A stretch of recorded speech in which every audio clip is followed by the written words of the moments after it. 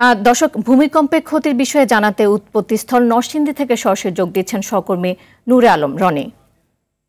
রনি, হতাহত ক্ষতির বিষয়ে বিস্তারিত জানাবেন আমাদের, যেহেতু উৎপত্তিস্থল আমরা জানি যে নরসিংদীতে হয়েছিল।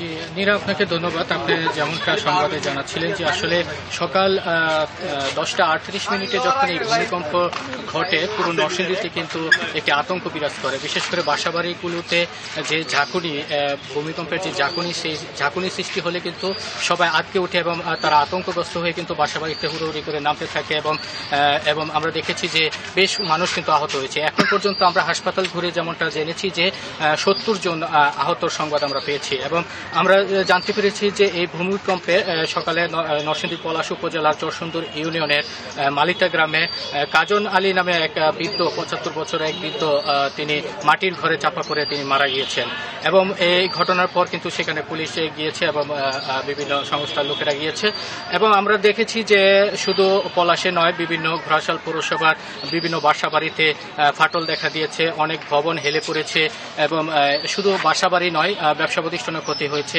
ব্যবসা প্রতিষ্ঠানের যে মালামাল সেগুলো ভেঙে পড়েছে, পাশাপাশি ভবনগুলো হেলে পড়ে বিভিন্ন ধরনের ফাটল দেখা দিয়েছে এবং আমরা সকালে খবর পেয়েছি যে গোড়াশাল তাপবিদ্যুৎ কেন্দ্রে ট্রান্সফরমারে আগুন লেগেছে এবং সেখানে যে সংযোগ স্থলগুলো রয়েছে সেগুলো ভূমিকম্পে ফেটে সেগুলো পড়ে গিয়েছে।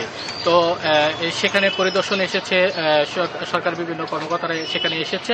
আমরা যদি একটু পিডিবির অবস্থা যদি জানতে চাই, বিদ্যুৎ কেন্দ্র আমি এই মুহূর্তে রয়েছে, আমরা একটু কথা বলতে চাই। আসলে সকালে ভূমিকম্পে কি ক্ষতি হয়েছিল আপনাদের এখানে?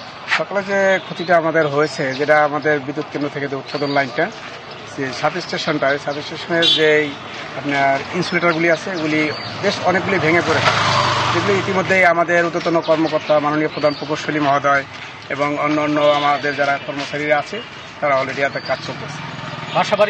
বাসাবাড়ির অবস্থাগুলি ইতিমধ্যে আমাদের অনেকগুলি ভাষায় ফাটল ধরেছে, তার মধ্যে একটা চামিলি প্রভাতী এই বাসাটা খুবই ঝুঁকিপূর্ণ এবং আমাদের কর্তৃপক্ষ ওখানে যারা যে 4টা ফ্যামিলি আছে তাদেরকে অলরেডি অন্যত্র শিফট করার জন্য ওনারা বলেছে।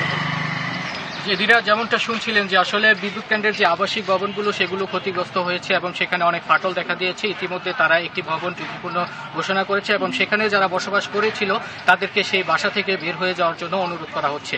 এখন বলা যায় যে আনুষ্ঠানিকভাবে আমাদেরকে কি পরিমাণ ক্ষয়ক্ষতি হয়েছে সেটি আসলে জানানো হয়নি, তবে ফায়ার সার্ভিসের পক্ষ থেকে এবং জেলা প্রশাসনের পক্ষ থেকে তারা খোঁজখবর নিচ্ছে কোথায় কি ধরনের ক্ষতি হচ্ছে, সেটি হয়তো তারা আনুষ্ঠানিকভাবে আমাদেরকে জানালে তখন আমরা হয়তো আপনাদেরকে জানাতে পারবো। তবে এখন বলা যায় যে এই যে ভূমিকম্প হয়েছে, সেই ভূমিকম্পের পর থেকে কিন্তু এখনো জনসাধারণের মধ্যে একটি আতঙ্ক বিরাজ করছে।